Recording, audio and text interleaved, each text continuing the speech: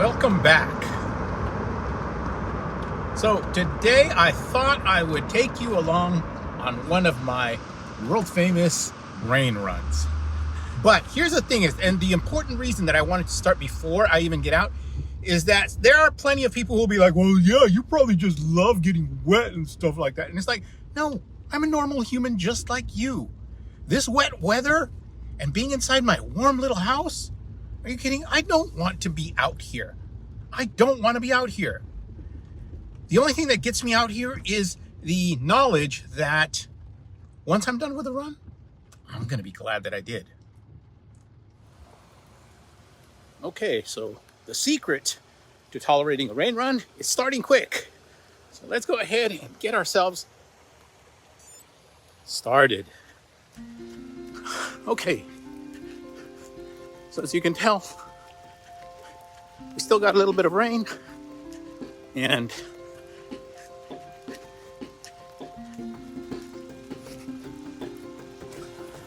how do I feel right now? Not as bad as as soon as I got out of the car. And I'll tell you.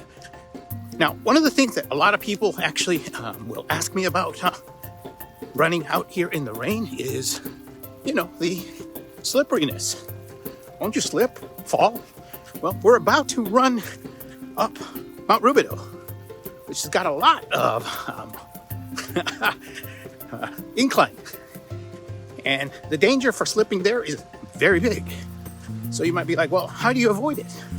Well, the thing is that running barefoot actually almost guarantees you won't. And here's why, because I'm getting so much feedback. Like, I can feel how slippery the ground is. I feel it and I adapt. And that's actually a really big part of not falling on my face during one of these runs. I can't begin to tell you. First of all, in the hundreds and hundreds and hundreds of miles that I've run in the rain, I've probably slipped maybe once, maybe twice, and that I remember, and those were not like, injury slips. They were like when I'm walking around mud that is falling apart. I expected that I probably would have slipped. So, nothing that would be a problem. Not like here where I'd be like, weep. That's just not going to happen.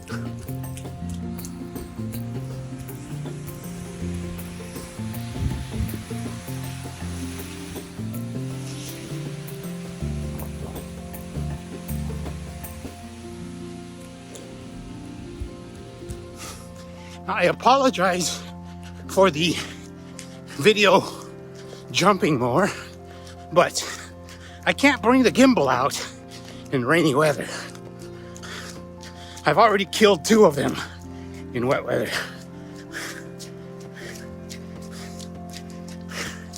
So it's gonna shake. That and, well, with the rains, you're gonna get a wet lens. So apologize for that too. I do have a little towel, but I have to use it sparingly.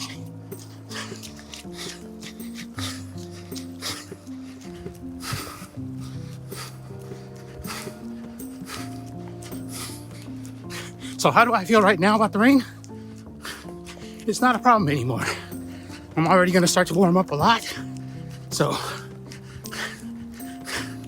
rain's not a problem anymore.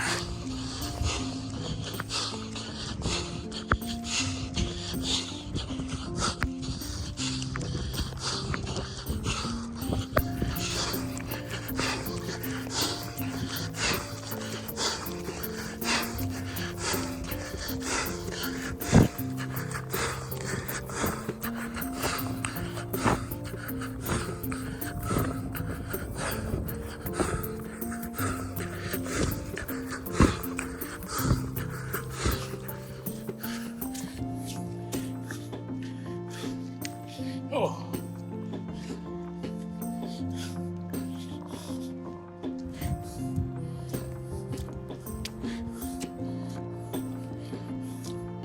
Ooh.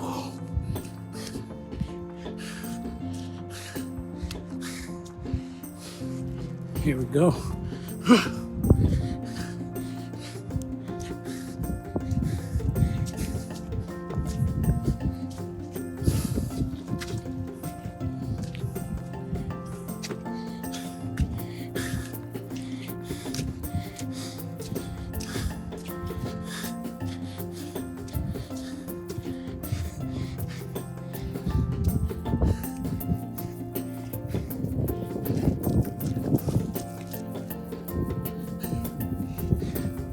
here we are. Now let's go back down. Now, why don't I slip? Well, because I go slow and I go careful. And that's very important. Whew. Sorry about the wet lenses, like I said. That can't be helped too much. Let's keep going.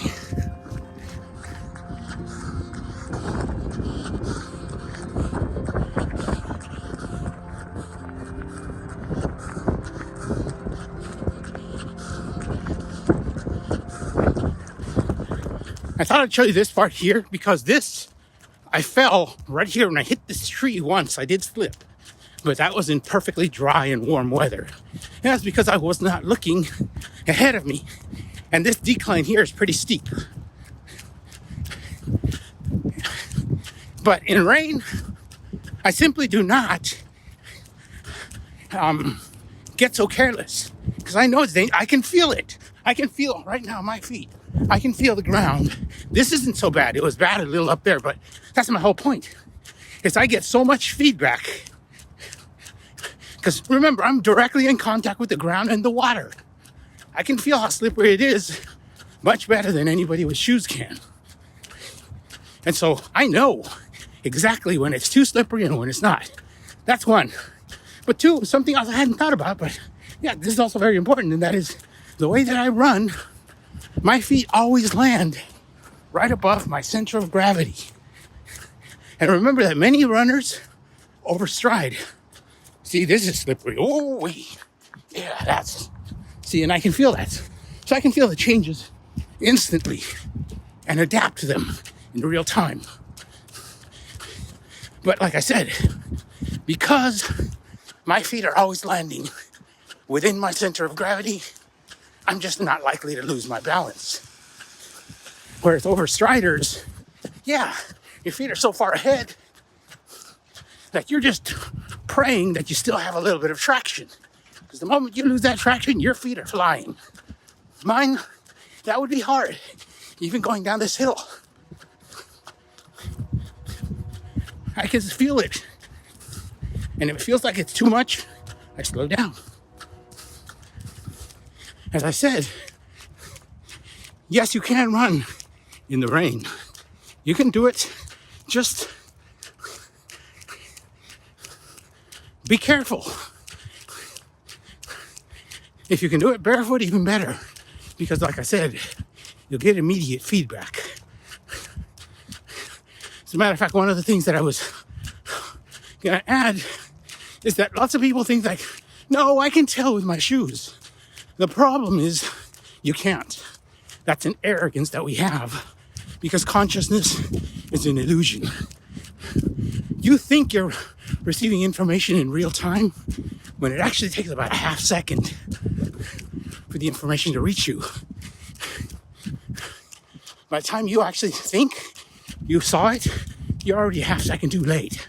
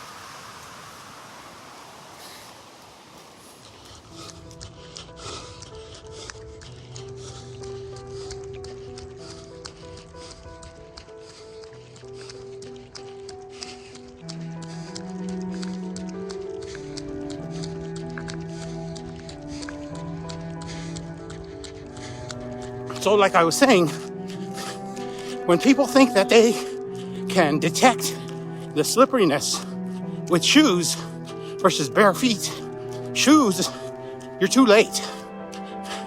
I was saying it takes about a half second for that information to register.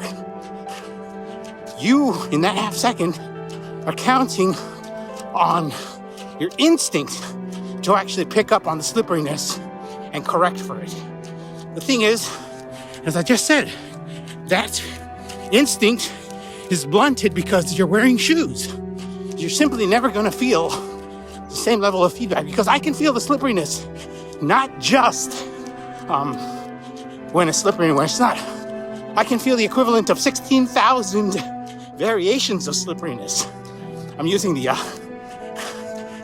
8-bit, the 16-bit color binary code to say that.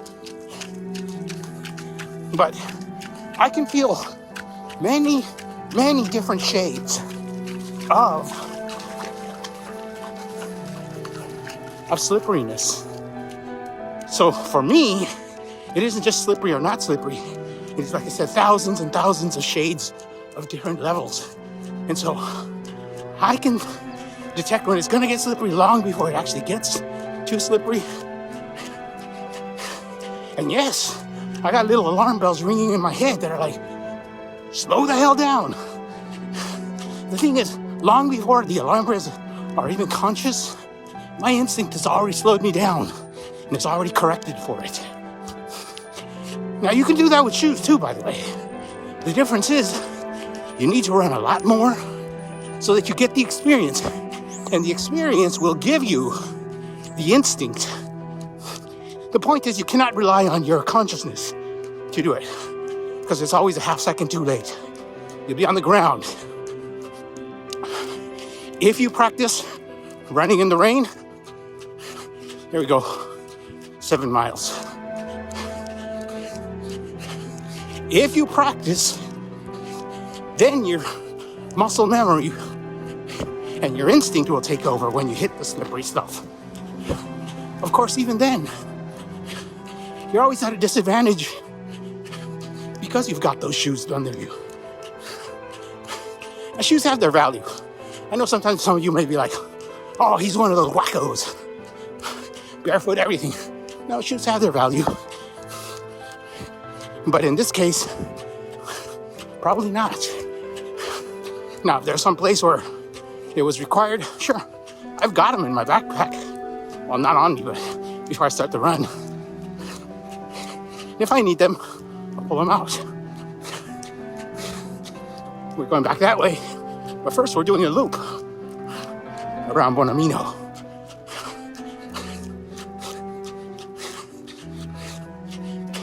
See, like here, all that time that I've been talking to you, I can feel the different levels of slipperiness. This is cement. This here is a very slippery cement. This is a little less slippery, but it's slippery. Like thousands of shades of slippery, and I feel them long before I become conscious of them.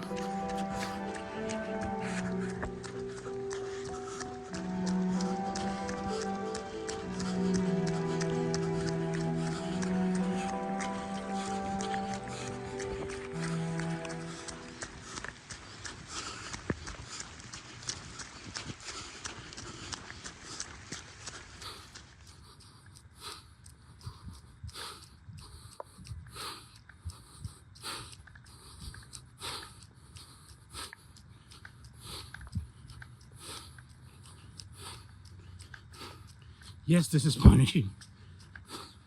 Runs always hurt.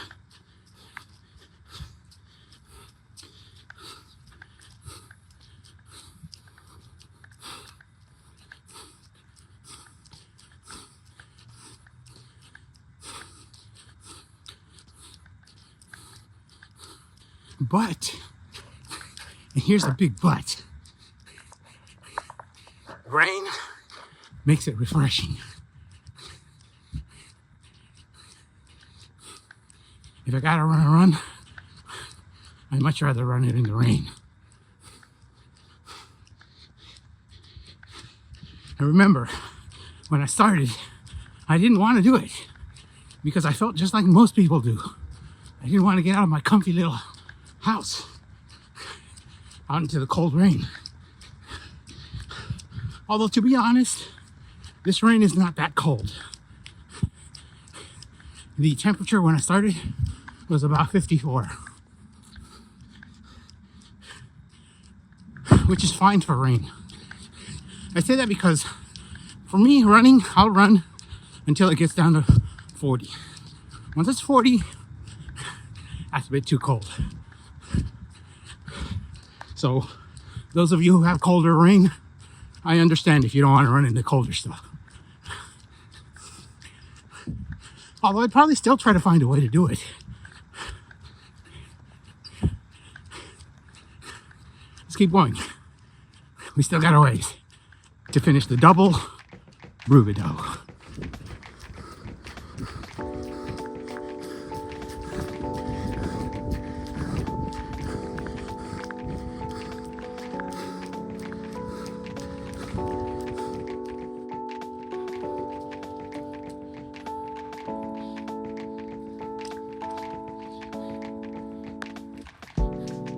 Yeah, you're not seeing double. That's our second time. Now,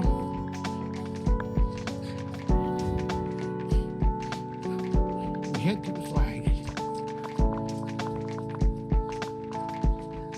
Yeah.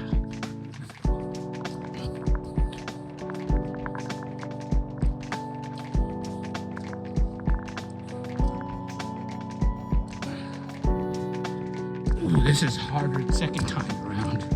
Ah.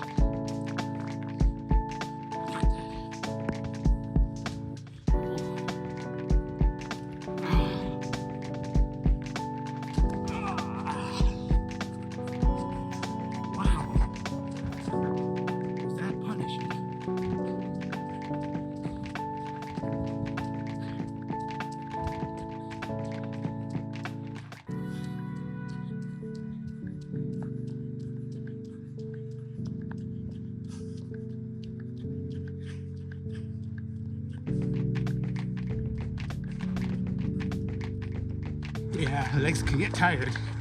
They definitely are tired. Ooh.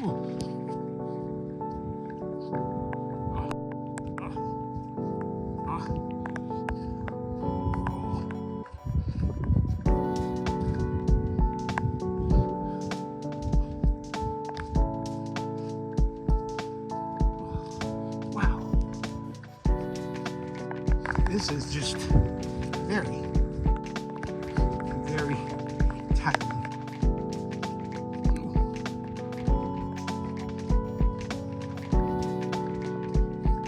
There it is.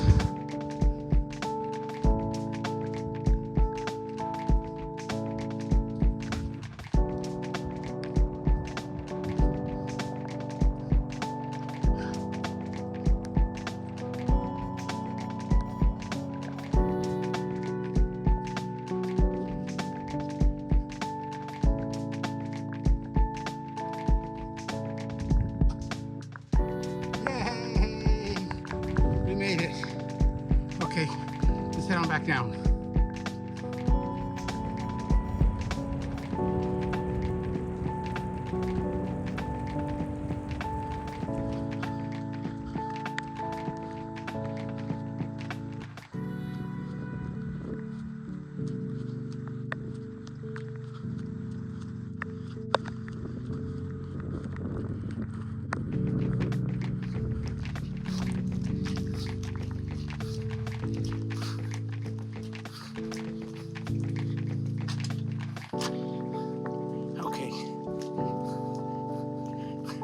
I know it seems kind of funny, but I do that on purpose so that it shows that I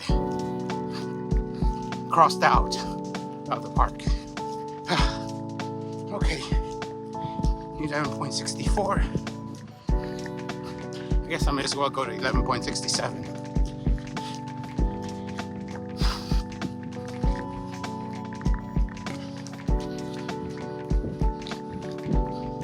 There we go. 11.67. 1 minute and 1 hour 51 minutes. Oh.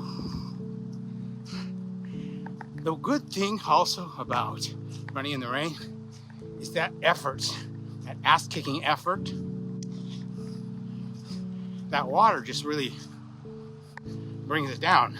It's a weird feeling. I'll explain it later in our cool down. So let's go ahead and cool down.